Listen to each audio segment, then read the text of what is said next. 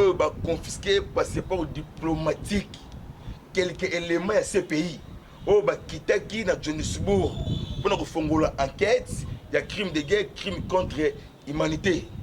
Conversation téléphonique oyo ebimi na département d'état américain na administration ya John Biden.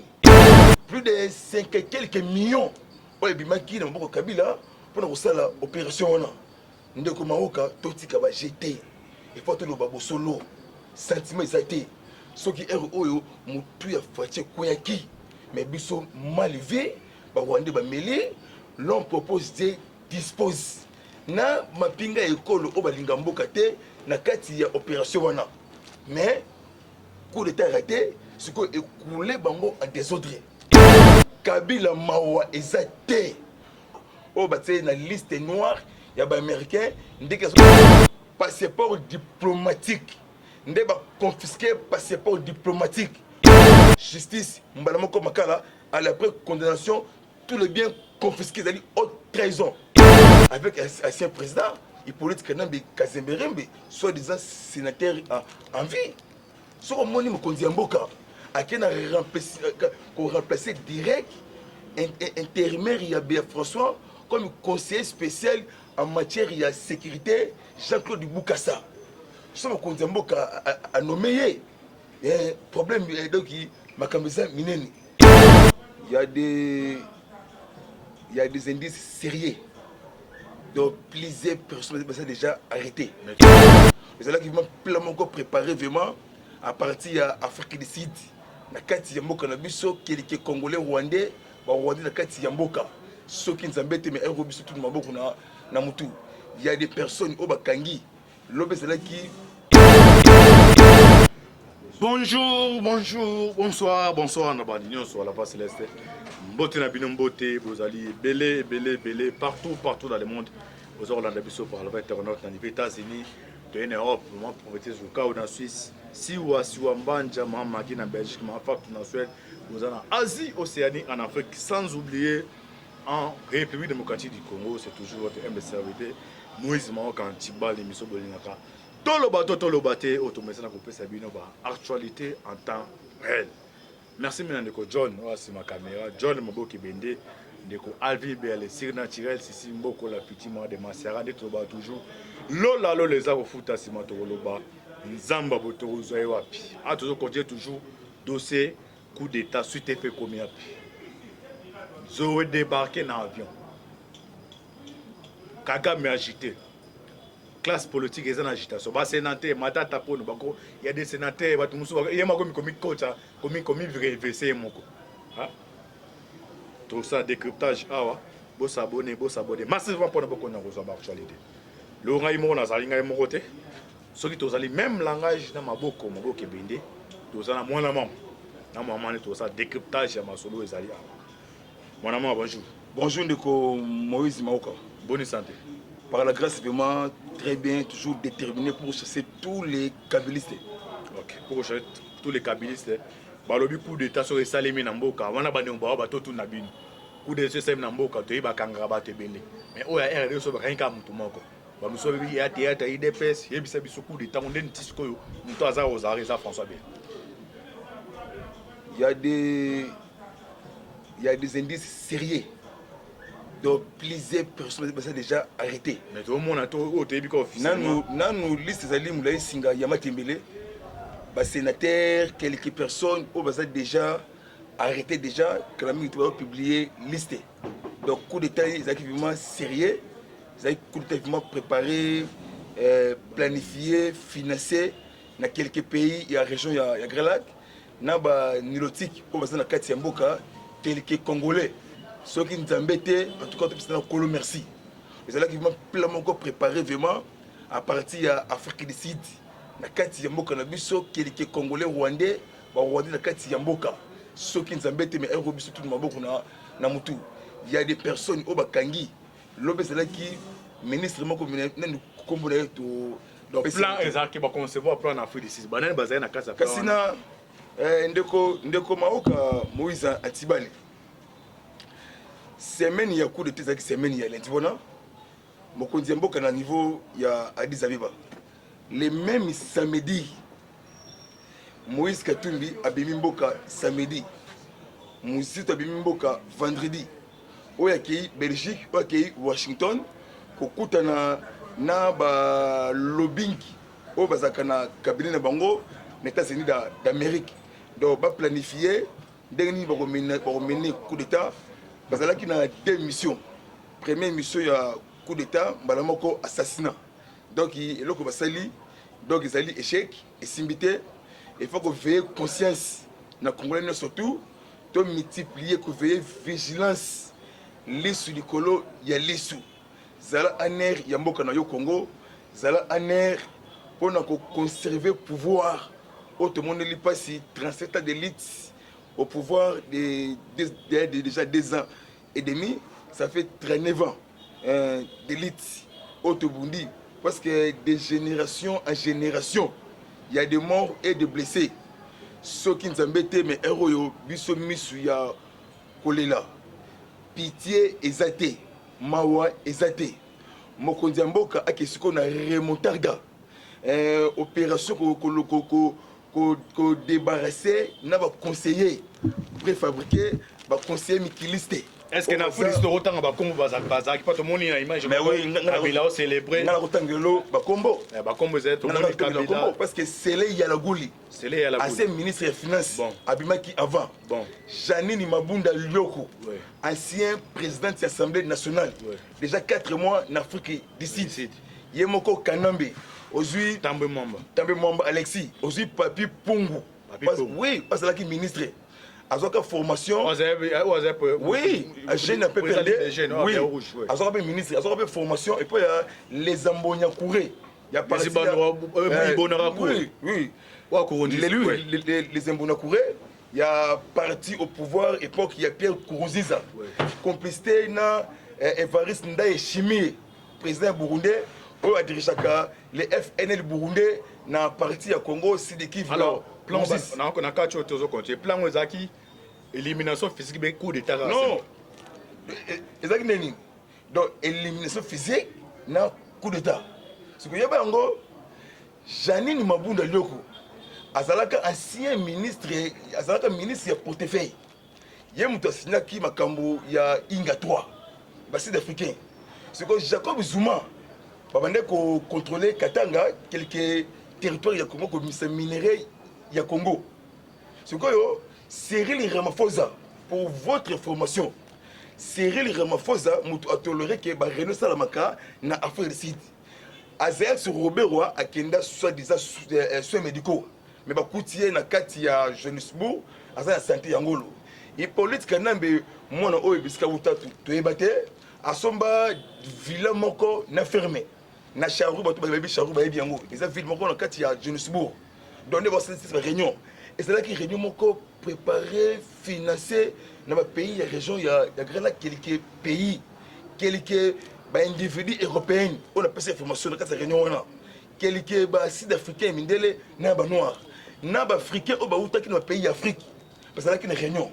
Plus de 5 quelques millions. On a bimaki dans le Kabila pour nous faire l'opération là. Ndeko maoka totika ba jeter. Il faut que nous babo solo. Sentiment exalté ceux qui errent oyo mutu ya fatie koyaki mais biso mal vu ba wande ba mêlé l'on propose de dispose na mapinga école o balinga mboka te na kati ya opération wana mais coup d'état raté ce que écoulé bango en désordre oyebi que eloko dans bango à midi fois François Béa bakangé na Chine mais François Béa parce que il y a des qui est mission. Parce que François a coopéré avec l'ancien président, Hippolyte Kanambe Kazemberembe, soi-disant sénateur en vie. Ce qu'on m'a dit, à qui on a remplacé direct intérimaire, il y a François comme conseiller spécial en matière de sécurité, Jean-Claude Boukassa. Ce qu'on a nommé, problème donc Makambeza Mineni.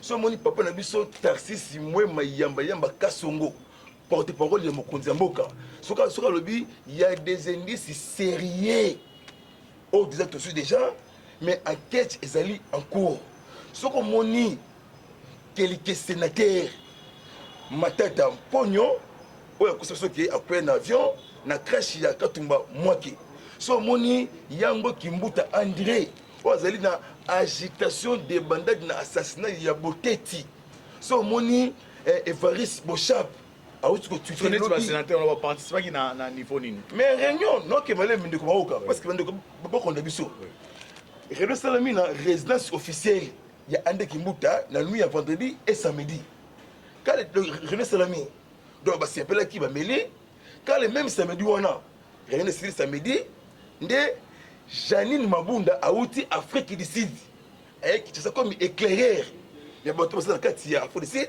pour pas communiquer na téléphone le même samedi cardinal Ambongo te moni na ba image na ba vidéo na Kingakati na maman Olive Lembe on va faire prier na Kabila oui on le dit na zala émotion les médiocres longue médiocre oui na zala émotion ya komona Kabila na mwasi na ye makambo oyo basali na Kingakati na mbongo na biso ya bango te pe azoloba boye bokonte siringai Dédé na ko soutenir à 100% famille Kabila nazoki sima muke Monseigneur Cholé action de grâce na cathédrale na province de Kinshasa na Lingwala tant ba commissaire Monseigneur o ba nomaki ye na muka tombolo ya Vatican Pape François to mona ki photo ya Olive Lembe na Ambongo to mona ki photo ya Cholé na Olive o lati rouge o lati pembe Ambongo azali na haine moko contre Fachi haine moko contre IDPS. Il est temps pour nous les Bantous. Mais tout le monde peut entendre à l'époque il y a Monseigneur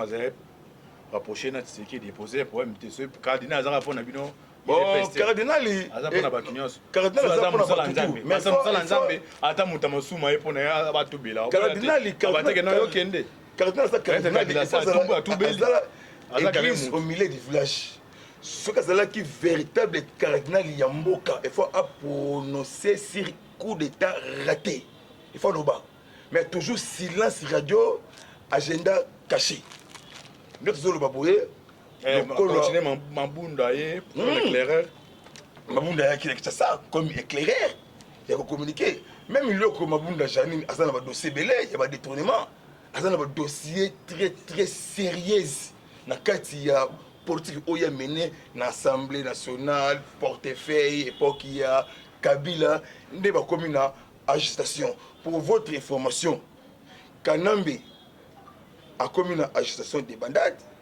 plusieurs sources ya ba européennes plusieurs sources ya ba américains ancien président Kanambe Hippolyte séjourné na Johannesburg oyo ba confisqué passeport diplomatique quelques éléments à ces pays au bakitaki na Johannesburg pour nous faire enquête il y a crime de guerre crime contre l'humanité conversation téléphonique au ebimi na département d'état américain na administration ya John Biden quelques présidents d'Afrique Faustin Archange Touadéra centrafricain Paul Kagame président ya Rwandais aujourd'hui Nangagwa Emerson président zimbabwéen président Namibie oyo assumé intérim ya Age Geingo président de Namibie aujourd'hui Cyril Ramaphosa oyo batie na liste noire ya ba américain ndeke so yamba bato na mboka na ye basalaka ba réunion mais complot haut niveau on a vu ça parce que Vital Kamerhe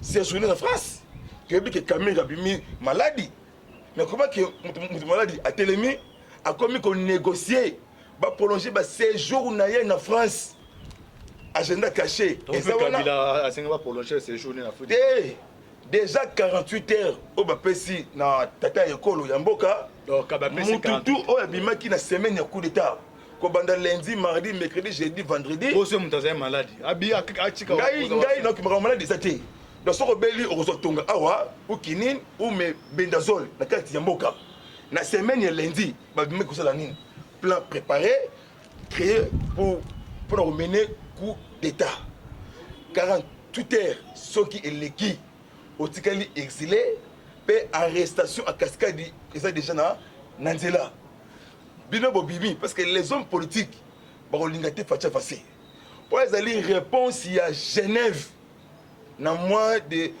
ya avril na 2018 basanganaki quelques les européennes oyebi ke mitu boboye Union européenne ils ont divisé Union européenne quand il y a statu quo n'a qu'un changement c'est qu'un changement ba britannique ba allemand parce que le blanda qui Ursula Lavandière Ozali présidente il y a commissaire Union européenne on va bloquer plus de 150 milliards d'euros pour l'avancement il y a Congo pour créer un emploi pour la jeunesse congolaise libre-échange et comme le coup là Union européenne Union africaine donc mon tata école ya mboko on a fungolo sikoyo remontada tout que sikoyo avant quel que soit le niveau le même ministre moko na toujours comme on a été un ministre ya gouvernement sama le Konde Kenge accueilli na aéroport yandili à se déguiser le col à moisi na chapeau ya basi mouscapin jupe le ministre bazana kati na savez boye ba ministre en fonction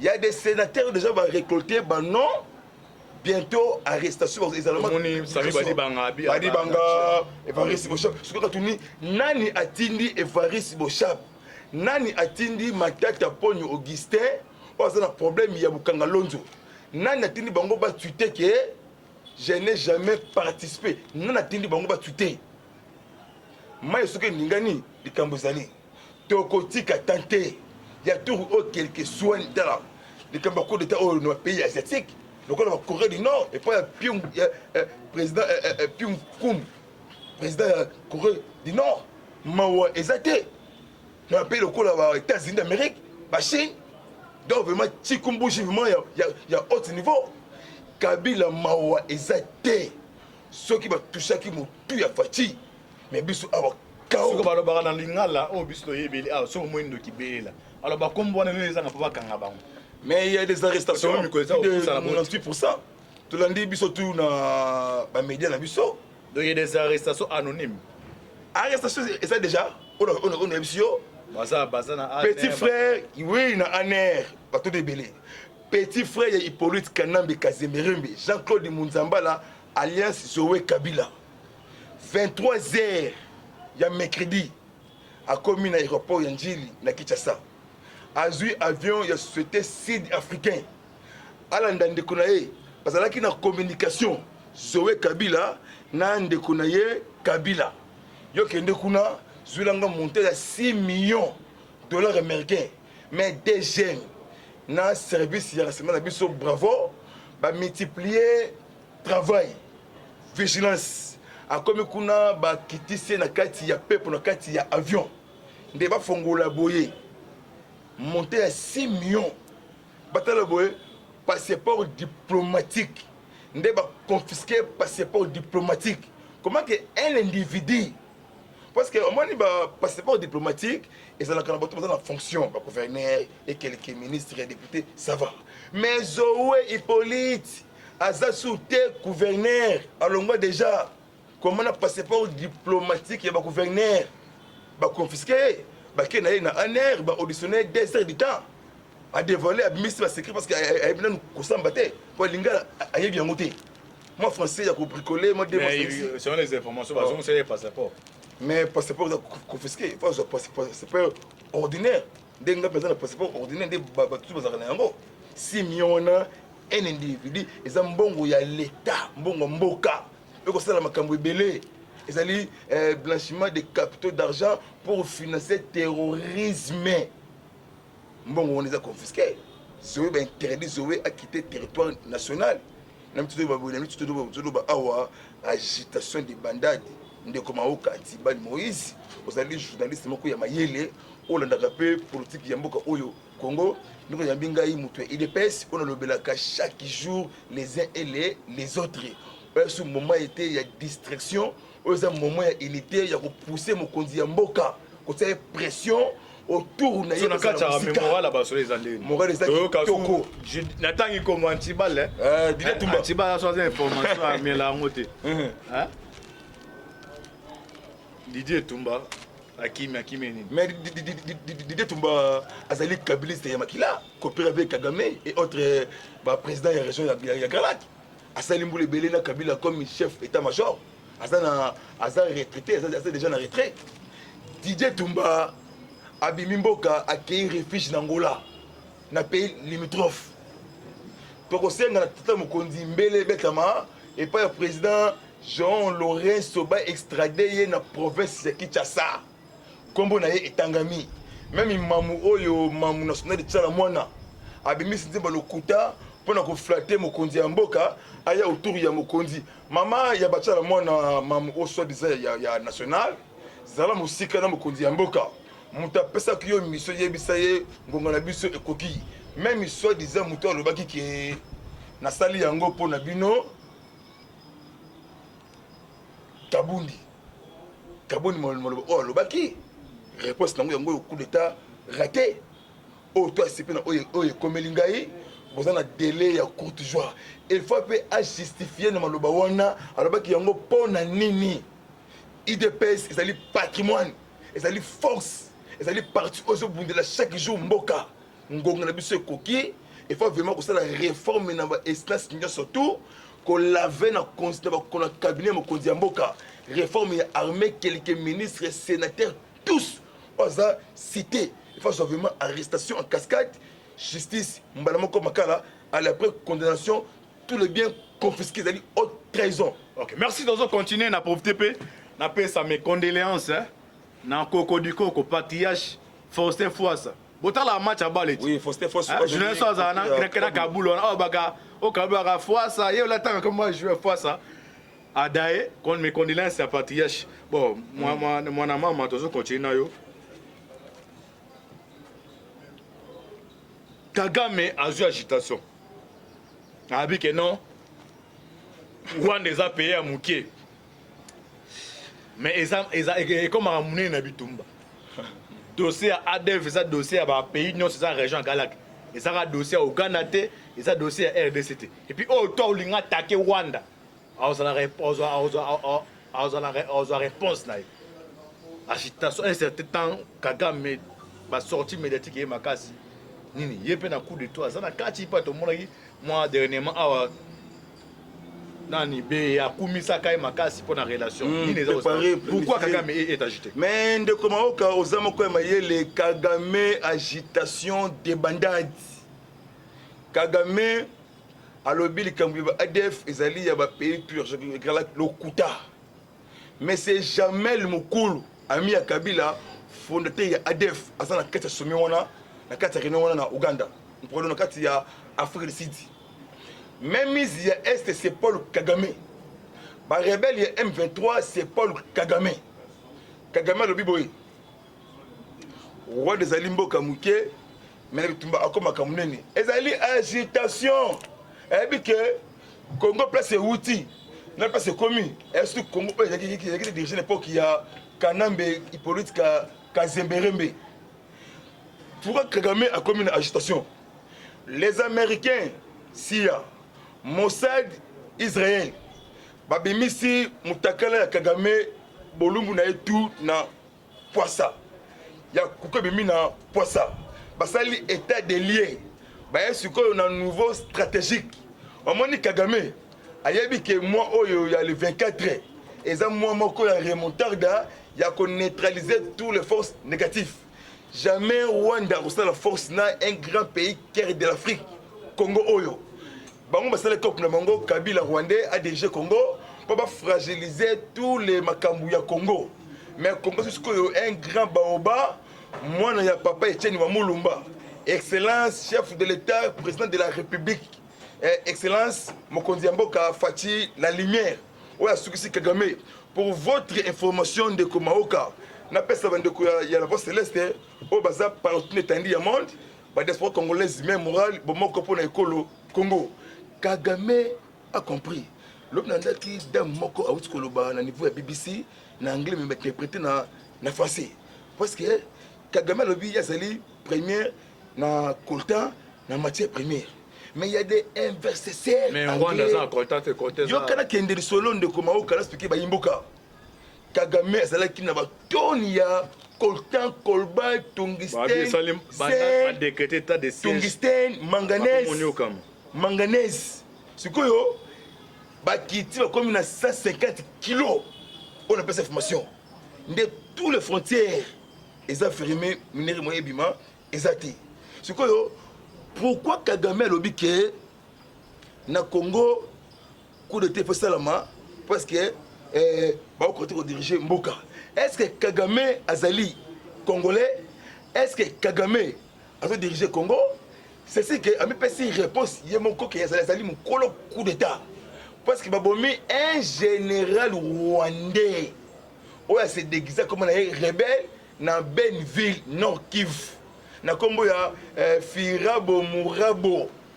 Oya zala ki pion majeur ya Kagame pour balkaniser partie est ya RDC. Armée congolaise est neutralisée des PC chimie na Paul Kagame. Donc mon a commis koloba loba c'est le kolo mutu akufi mutokoina na vélo parce que mokonzi mboka chef de l'état garant de la nation a distribué déjà 12 invitations. Autre yamba 10e sommet il y a accord d'Addis Abeba. Oye salama qui le 13 février 2013 accord de Nairobi 2011-2013. Barosala évaluation générale et application ya kopouye armée congolaise. La résolution 2098 entre parenthèses point B paragraphe 5. O Kagame yebi yango. Nde Kagame alobaki akoyate akotinda ministre des affaires étrangères. Même au Konzembo Kayebi Seboye, il faut ozala na réunion état que signataire ya accord wana. Soki oyete yonde ndoki, ndo moni Union européenne, ndo moni États-Unis, ndo moni Union africaine, ndo moni ONU, babi boye. Soki Kagame ayete, siko ba sanction ekotombe, siko Congo oyo, akoba siko le devant ya makambutu ya Congo. Donc place to komi siko na fati, place à jeter. Est-ce que place que et quoi moto et quoi ebende.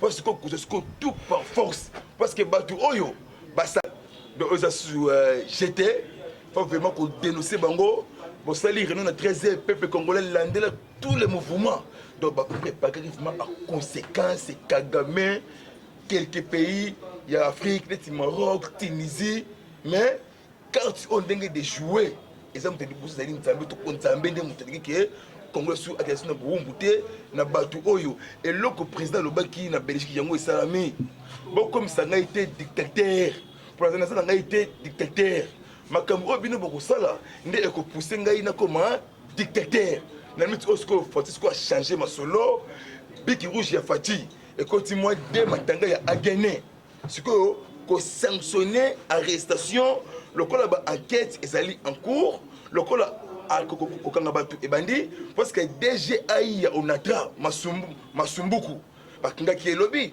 na pesa na onatra enquête ya Gilles Alingeti asa na cour prison ya Makala DGI ya Ojefrem ya nani oyo Olivier oyo bakangiye parce que ministre ya portefeuille azali mutu ya Bayeti Lukwebo mama wana soki Adela maman on a retardé ma camp et belé la kati mboka akozoba injection ya Bayeti Lukwebo ndeko maoka tibali na minute oyo sur tokobanga te tokoloba vérité parce que biso tozala chaque tongo ba l'homme de pardon ba tu ya cravate o bazaka na ba injonction ya mais oui parce que pourquoi Gilles Alingete a commis mukanda alobi sanctionner Sonaidro ozalika Koidro Kobil, Onatra, Snell, Office de pardon, OCC, Ogefrem, ti les lots, à dire que ça les angoté. Déjà l'ingénieur a mis requête naie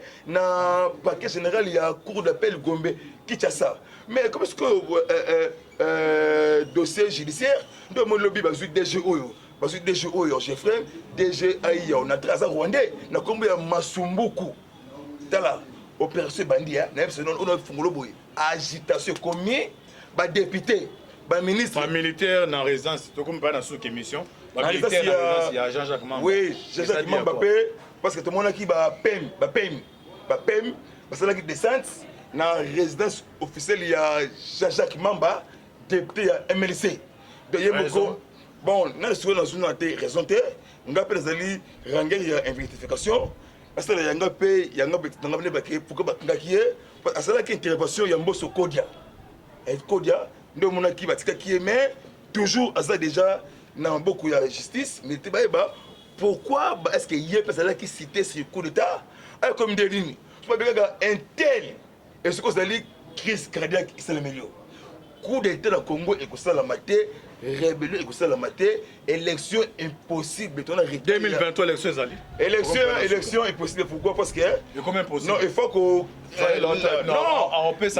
azali poids mouche non t'es à côté 64 alinéa 2 il maîtrise pas la politique de la RDC parce que ça poids mouche parce qu'il faut que ça la création nouveau général fichier électoral il y a peuple congolais parce que il y a des rebelles rwandais parce que dans la carte électeur donc recensement général de la population congolaise après toqué na recensement le pango tantôt 2 mois 3 mois 4 mois qu'on purifier vraiment mboka ezonga na nzela parce que il y a Nanga Corneille tala oyo rebelle moko na Sud Kivu hein Laurent Kunda Batoire abima député na Sud Kivu pe na pesi message oyo faut comme ça vidéo pas mokonzi mboka Moïse Katumbi na Kabila ba financer mbongo na ba député provincial il y a tous les provinces tant qu'il y a une élection il y a ba gouverneur il y a ba province ba tu FCC il y a Katumbi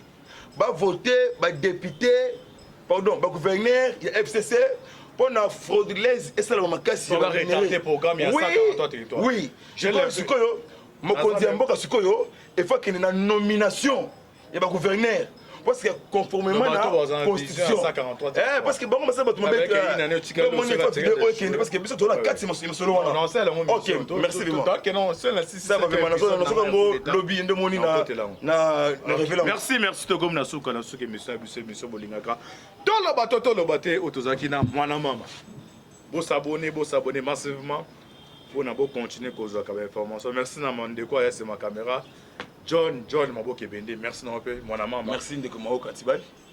Ntama Pambola Bino, affaire à suivre. Ciao. Ok. Donc, on a su jeter, faut vraiment qu'on dénonce Bango. Bon, ça, il y a 13 peuples congolais, landais, tous les mouvements.